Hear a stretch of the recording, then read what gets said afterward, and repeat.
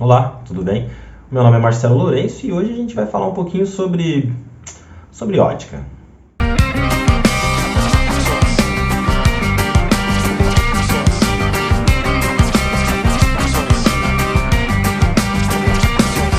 E para contar a história da ótica, eu vou precisar separar essa história em vários períodos, porque ao longo do tempo, ao longo das eras, o homem foi compreendendo a ótica cada vez de uma forma melhor. E eu preciso separar essa história em 4 períodos. E esses períodos vão ser separados pela Idade Antiga, Idade Média, período renascentista e período pós-renascimento. Mas para começar essa história, eu vou responder logo uma pergunta inicial. O que é ótica? Bom, olha só a definição. É uma parte da física que estuda as leis relativas a radiações luminosas e os fenômenos da visão. Mas a ótica ela não está presente somente nas radiações luminosas. A ótica ela está 100% associada às radiações eletromagnéticas. Né? Com certeza vou fazer um vídeo sobre isso para a gente conseguir compreender todo esse espectro da radiação eletromagnética. Para a gente iniciar essa história da ótica, a gente precisa voltar lá em 3.500 anos antes de Cristo, onde se inicia a escrita.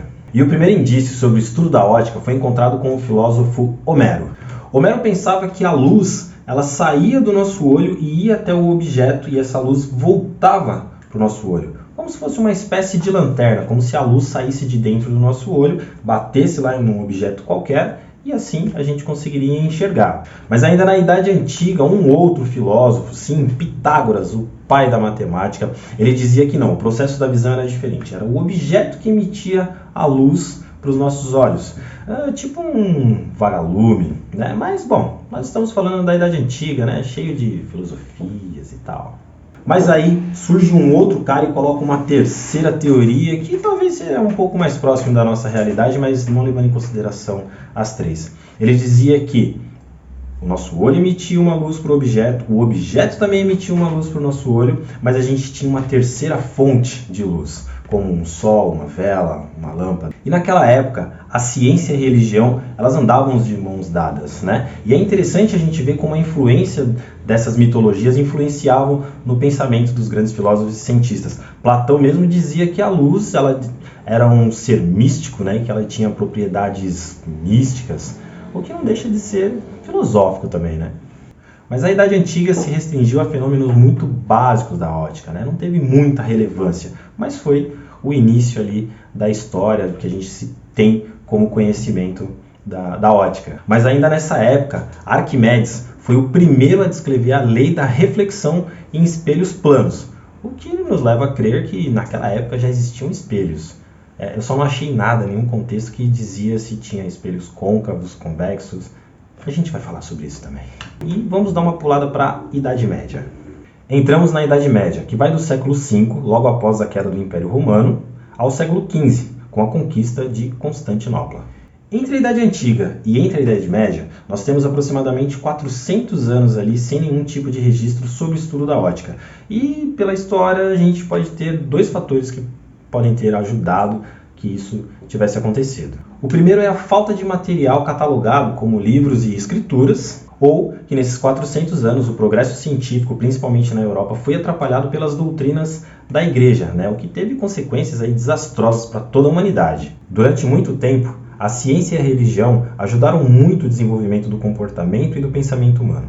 Mas em algum momento, a Igreja queria para si todo o conhecimento, pois sabia que pessoas sem conhecimento científico seriam muito mais fáceis de serem manipuladas, seja por meio da fé, do medo ou do divino. E eu vou indicar 2 filmes que mostram, que tem grande relevância, que mostram ali como que era o comportamento e o pensamento da igreja naquela época, né? E olhando hoje para a nossa realidade aqui no Brasil, se nós tivéssemos menos igrejas e menos templos, mais universidades e mais escolas com qualidade, eu acredito que o Brasil seria um país menos pobre e menos desigual. Você não acha? Bom, e o primeiro filme é O Nome da Rosa. Eu não lembro qual que é o ano dele, é esse filme que está passando aqui. E esse filme ele mostra como a igreja escondia os conhecimentos, as grandes escrituras, as escrituras mais antigas, para conseguir colocar na cabeça das pessoas somente aquilo que a igreja tinha como verdade absoluta e pronto, você não precisa saber de mais nada não.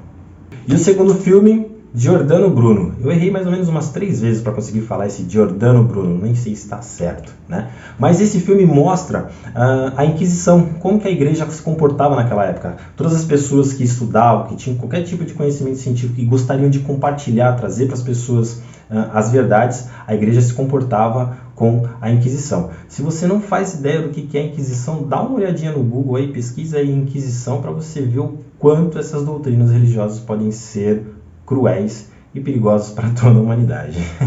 Bom, por isso que é bom a gente estudar.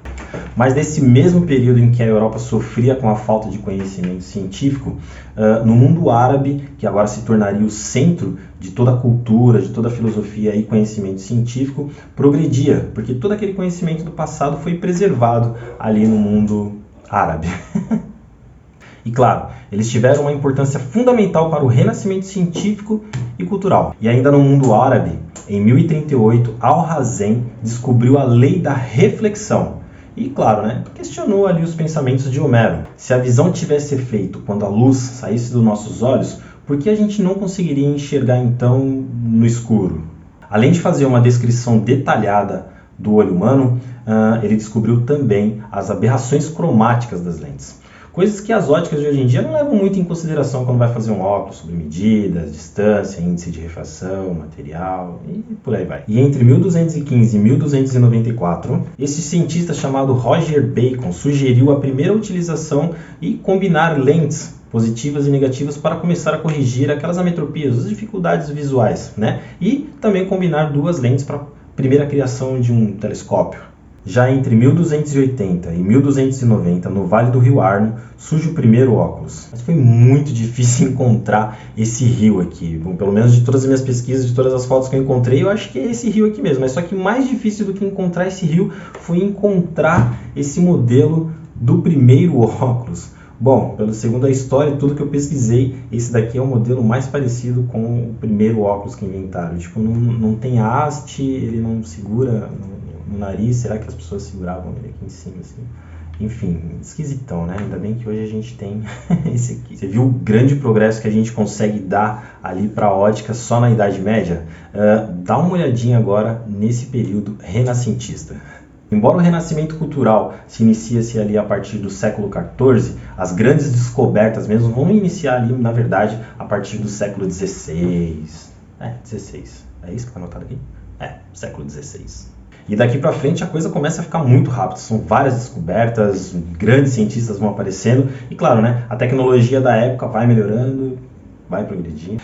Dá uma olhadinha aí. Em 1558, o físico e filósofo italiano Giovanni Battista relata a combinação de lentes positivas e negativas. Relata também a primeira descrição da visão binocular e de um telescópio. E relata a experiência com a câmara escura. O que no futuro nós iríamos desenvolver aquilo que hoje nós chamamos de câmera fotográfica. Depois eu mostro aí como é que ficou. Já em 1567, o matemático astrônomo italiano Abade Francesco é o primeiro a falar sobre a sombra. E em 1609, Galileu constrói o seu primeiro telescópio e um ano depois ele faz descobertas astronômicas gigantescas.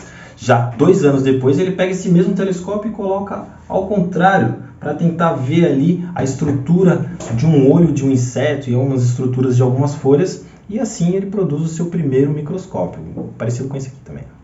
Nos dias atuais, nós podemos ver ali diversas aplicações óticas no nosso dia a dia.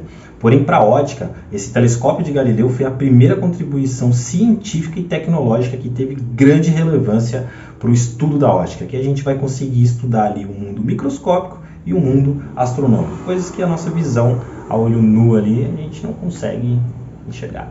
Outro grande pensador com contribuições significativas foi o astrônomo alemão Johann Kepler. Kepler. Ele falou de óculos para míopes e presbítas. Presbítas são aquelas pessoas com mais de 40 anos que já sentem uma dificuldade para ler de perto. Acho que você já deve ter visto aí seu pai, sua mãe, sua avó, sei lá, alguém que quando está lendo começa a colocar cada vez mais distante.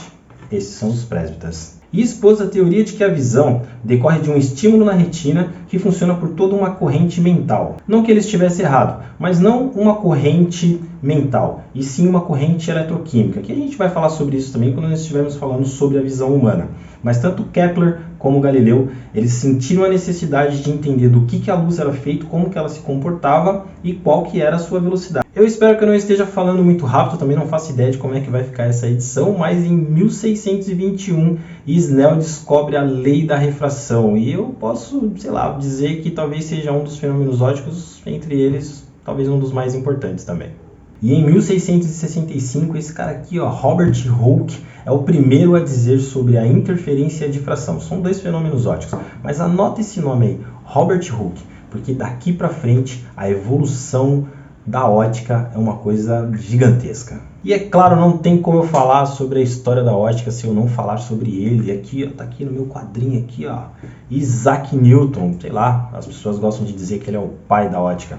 Mas anota aí, Isaac Newton e Robert Hooke. Eles têm uma historinha bacana aí para falar deles. Mas para falar sobre Isaac Newton, Robert Hooke e as evoluções que a gente vai ter aí a partir desse ponto, eu vou deixar para um próximo vídeo, porque para contar a história deles aqui, eu acho que vale a pena contar com um pouquinho mais de detalhes e não tantos cortes. E é isso, esse vídeo vai ficando por aqui. É uma breve história da ótica, né? Não dá pra gente contar toda a história da ótica num vídeo tão curto, mas espero que você tenha gostado. Deu para você ter uma ideia de como, né, o entendimento humano, o nosso conhecimento, ele vai sendo aprimorado, e depois que a gente descobre alguns aparatos, a ótica vai trazendo pra gente cada vez mais conhecimento, que a gente consegue visualizar cada vez melhor todo esse conhecimento. No próximo vídeo eu conto um pouquinho da história de Isaac Newton, mas não a história pessoal dele, mas mais o quanto ele ajudou para a ótica. E é isso. Se você gostou, curte o vídeo, se inscreve no canal. Demora um pouquinho, mas eu faço outro vídeo. E é isso. Obrigado por assistir. Sou caixeiro feliz, viajante. Eu tô seguro na pista por um tri. Eu tô inteiro na raça, fazendo o que eu sempre quis, fazendo o que eu sempre fiz. Eu sou da ralação e